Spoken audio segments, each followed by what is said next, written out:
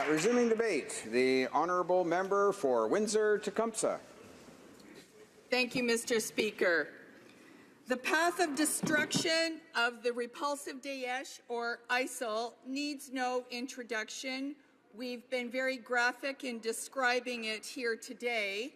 The United Nations High Commissioner of Human Rights reported in 2015 that the following atrocities were perpetuated by ISIL against the Yazidi community: rape and abduction of women and girls as young as 6, and boys as young as 8, forced into war as soldiers. These actions were directly targeted at the Yazidi people, and as well, we all very well know the ISIL crimes that have also targeted Christians, Shia Muslims, and LGBTQ individuals. For all intents and purposes, this is genocide. We've heard today how we're compelled to use this word in moral persuasion. I am doing so, yet I remind my colleagues that this is a term that does indeed have its roots in legalese.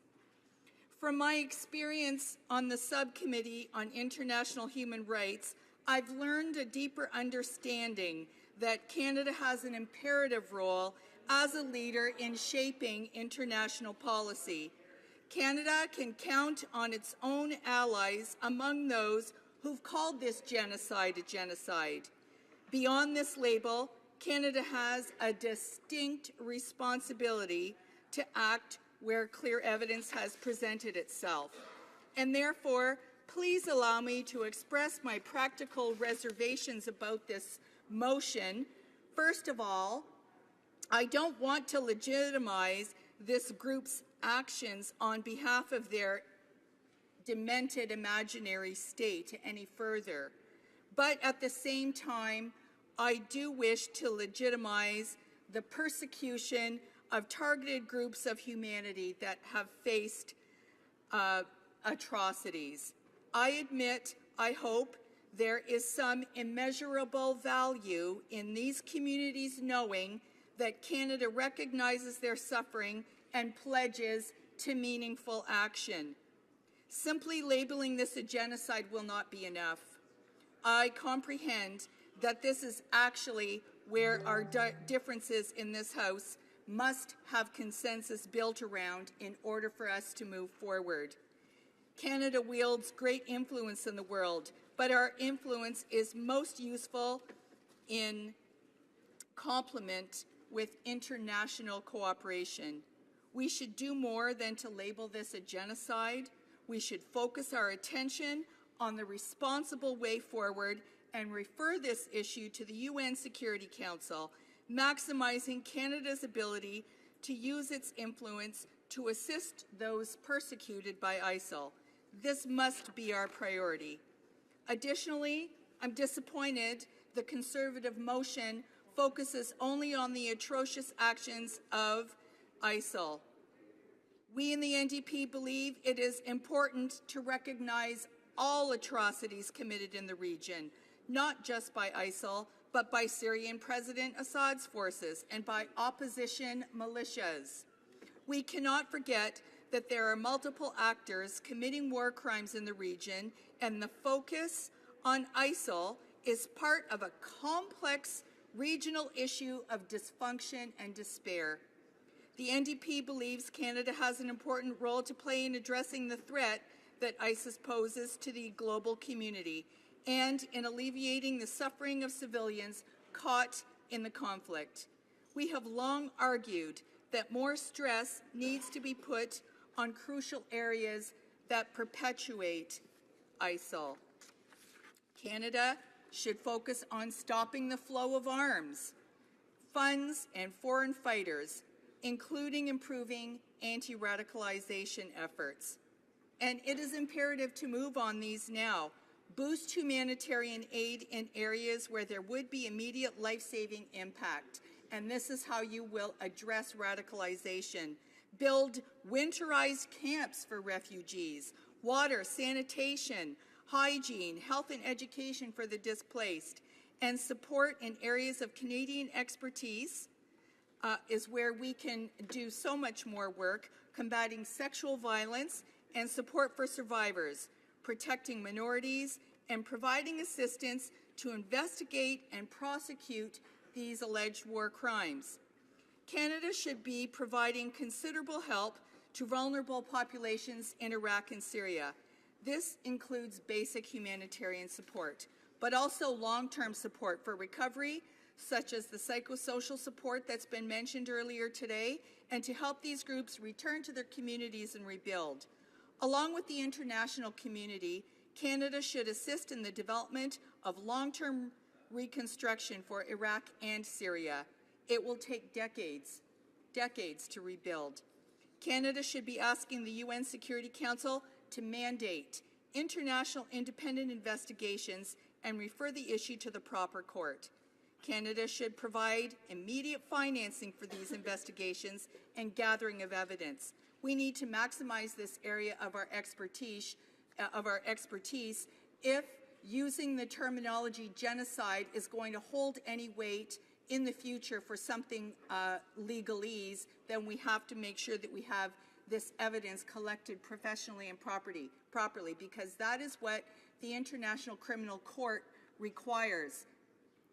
Naomi Kikoler is the Deputy Director of the Center for the Prevention of Genocide, and she stated at the U.S. Holocaust Memorial Museum last November that there's been virtually no effort to systematically document the crimes that have been perpetrated, to preserve evidence, to secure and preserve forensic evidence, to ensure that mass graves are being protected so that we can actually have successful prosecutions in the future.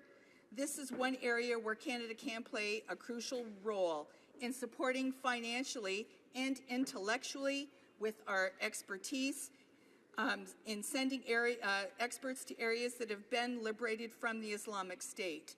This is very crucial if we are to take seriously the term of genocide. Also, in keeping with the emphasis of Prime Minister Justin Trudeau's government on humanitarian assistance, there's a great deal more that can be done to help survivors of Islamic State crimes, and most notably the women, children, and men who've been kidnapped and subsequently freed or released from Islamic State. They need considerable help when it comes to providing that psychosocial support to help them return to their communities and rebuild their own well-being. One unresolved matter in which Canada can actively assist those persecuted by ISIS concerns the Yazidi young women who've been referenced here several times today. I've recently met with Reverend Majed Al-Shafi, who is the president of One Free World International, a human rights organization which advocates for religious minorities. One Free World International has put together a proposal in order to, that includes private sponsorships in order for young Yazidi women, 400 of them, to come with their families to Canada and flourish, and to be that next generation of decision makers and policy developers that will lead with a sense of power that comes from a sense of contentment in community and compassion, not fear and might. We need to be able to not just care for these young people and foster and nurture their development so that they can take on the roles that we as esteemed members have in their place in the world. We have to recognize how imperative it is to do this now. So let's do it. The NDP wholeheartedly supports this proposal, and I was extremely disappointed to learn that it's been sitting on the Minister of Immigration's desk for months. So there is a level of frustration here when we know that there's some real tangible impact we can have right now directly related to these atrocities that we're calling genocide now. With the, while opposition motions such as this carry the weight of a decision in the House of Commons, they have no binding effect on the executive branch. The recognition of genocide by the executive branch has in the past come through statements by the Prime Minister or the Minister of Global Affairs.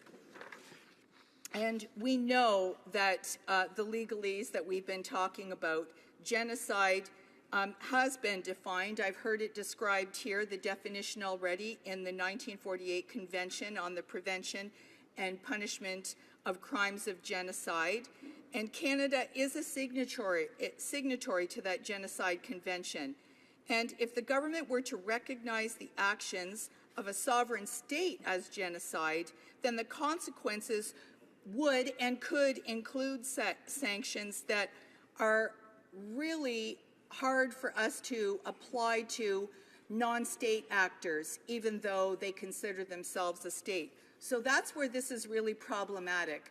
But in the future, it won't be problematic for us to press for an international criminal court treatment of these same actors if we were to make sure that our expertise is used now to collect that evidence. Because as impactful and emotional as the anecdotal evidence is on YouTube and the beheadings and some of the reporting that we've heard in the news, as impactful as that is, we cannot deny that there is an international criminal court. And earlier today, I did hear one of my colleagues from the other side call the United Nations Security Council and the International Criminal Court dysfunctional and impotent. And I have to say that if that really is the case, then we all need to think about that here, about the voluntary mechanism that is our United Nations, our world government. It is only going to be as strong and impactful as we, the member nations, let it be. And we are the sovereign state here. Let's not forget that. ISIL is not a sovereign state. There are actions that we can take so that we are making them impotent in the future, not our own international body that we're trying to bring forward a world, a global community that sees security and peace for all. In order for us to be able to do that, we are going to have to recognize and face it, that this is only going to be as strong as we let it be. Canada should be providing considerable help to vulnerable populations in Iraq and Syria as well. And we know that basic humanitarian support is what not only helps communities flourish and develop strong sovereign states, but we know that this is what also helps to alleviate and eliminate radicalization. And Canada, if as a country, if we are going to use the word genocide, I embrace that. New Democrats continue to urge the government to boost humanitarian aid, to prosecute alleged war crimes, and in order to do that, we do have to accept our role in the international community.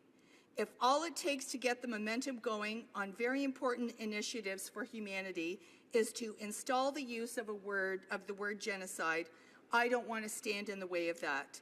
Let's answer to the urgency of those affected by this genocide, and let's do it now.